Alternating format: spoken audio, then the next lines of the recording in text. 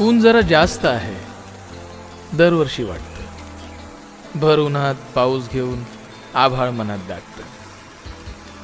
तरी पावलं चालत राहतात, मन चालत नाही.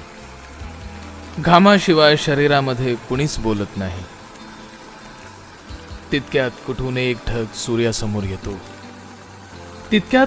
एक ढग सूर्यासमोर येतो. उन्हामधला काही भाग पंखांखाली घेतो.